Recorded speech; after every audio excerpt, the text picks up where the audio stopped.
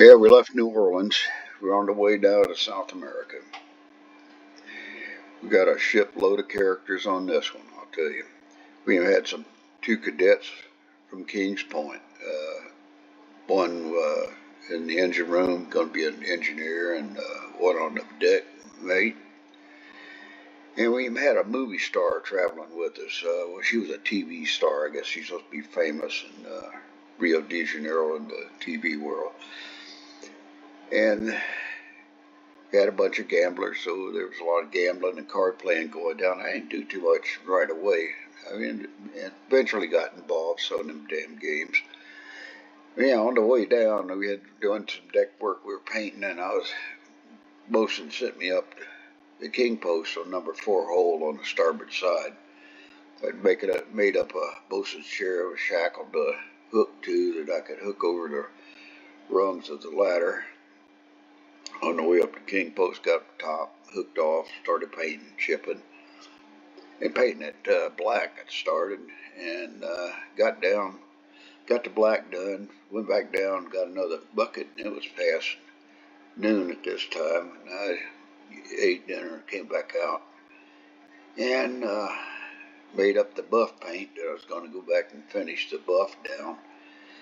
And I got climbing up there, and I had the way we made our buckets up. We tied off. We used a damn welding rod bent in a Z shape that hooked around a damn paint coffee can with a wire a bail on it, and we hooked that to the chair.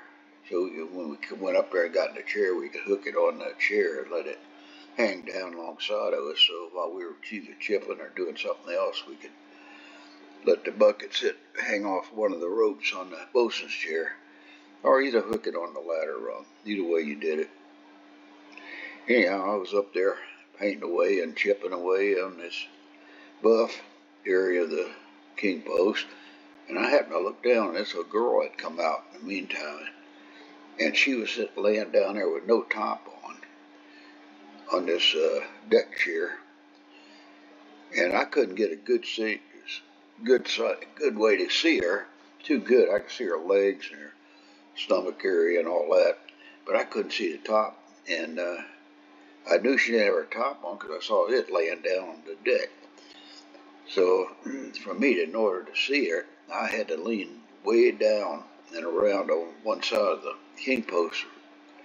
And I played like I was painting out there so I could look under that awning to see if I could see some titty. And my damn foot slipped. The bucket went off the damn chair. It hit the deck and splashed. I sprayed her a little bit with buff paint. She jumped up, ran in, and I heard a bunch of laughing from down on the deck. The bosun and the deck mate has been watching me up there, bending way over, and saw that me slip, lose my grip, and flip over on that damn bosun chair, and they just roared down there. Anyhow, I got talked to by the old West. He got on my ass. So the trip went on pretty good the rest of the way. And we got in and we anchored at near Pier 1, just about around the airport area there in Rio. And the mates and I had become pretty good friends, especially the cadet mate. And he was going downtown. They were going to go out with that girl, that TV star. They got talking, I guess, in the saloon mess, and they were going to go down and look at some jewelry or something like that.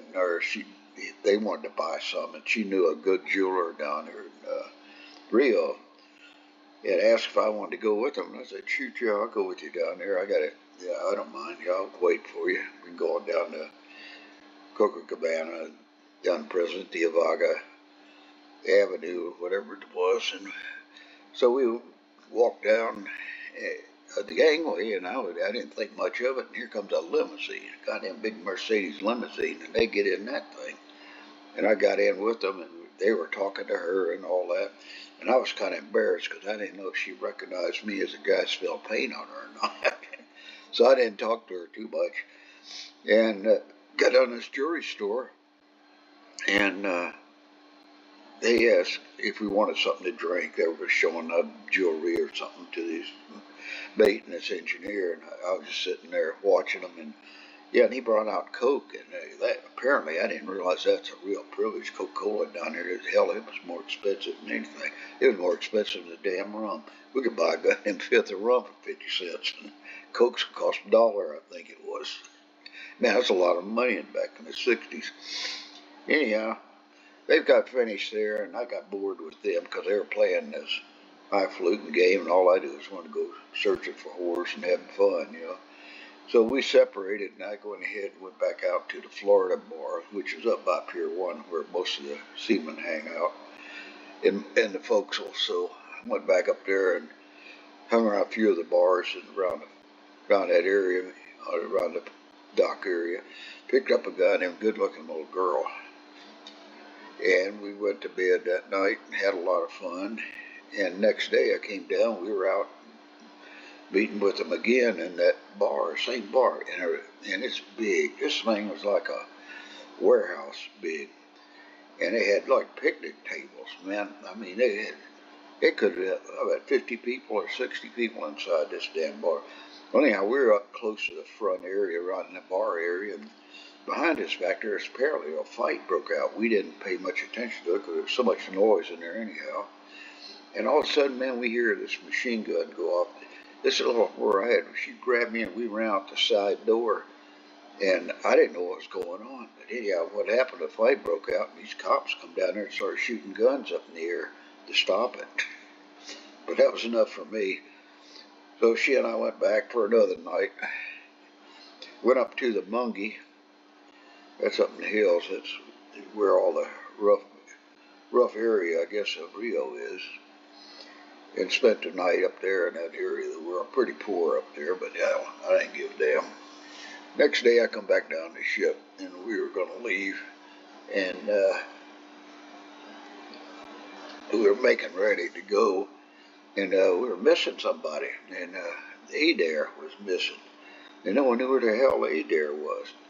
And all of a sudden that somebody showed up down there screaming and hollered, and he come running around the decks. I don't know what the hell. It looked like he went nuts.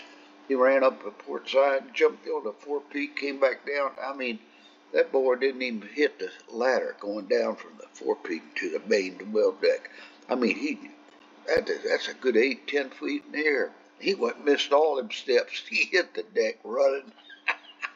He ran down the side of the ship, and he came off that. He ran across we had already battened down number 3 hatch. He ran across that hatch and jumped to the bulwark and dove in the fucking water. And he was swimming like 90 miles an hour around the boat.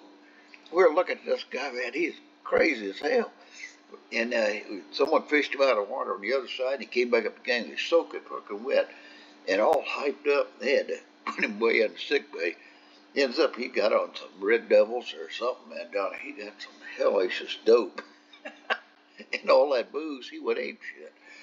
So we locked him up in the sick bay and took care of him, I guess, for a while. But, we left from there, headed down to Santos. And that's another trip in itself, and I'll tell us some more stories about it when we get down there. We'll see you when we get there. Bye now.